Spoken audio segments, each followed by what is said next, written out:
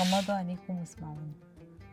تخيلوا البيت اللي قايم على كلمتين: دعوة حلوة من حد بيحبكم، وسعي وتعب من حد علشان يوفر لكم الأمان. تخيلوا الإيد اللي شالت المسؤولية، اللي طبطبت وقت الوجع، اللي قامت قبل الكل علشان توضب السفرة بحب. مش مهم ايه درجة القرابة، المهم ان دي الإيد اللي اختارت تكون السند. افتحوا عينيكم لو جاهزين. ايدين الناس دي اللي بيرعونا في رمضان ليها طعم تاني.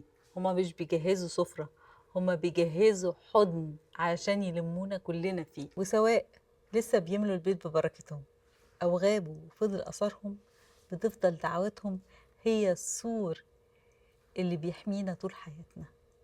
وجودهم قصة أمان ما بتنتهيش. وانتوا بقى، مين الشخص اللي في حياتكم اللي بيحسسكم بالأمان ده واللي حضنه الدافي ملوش آخر؟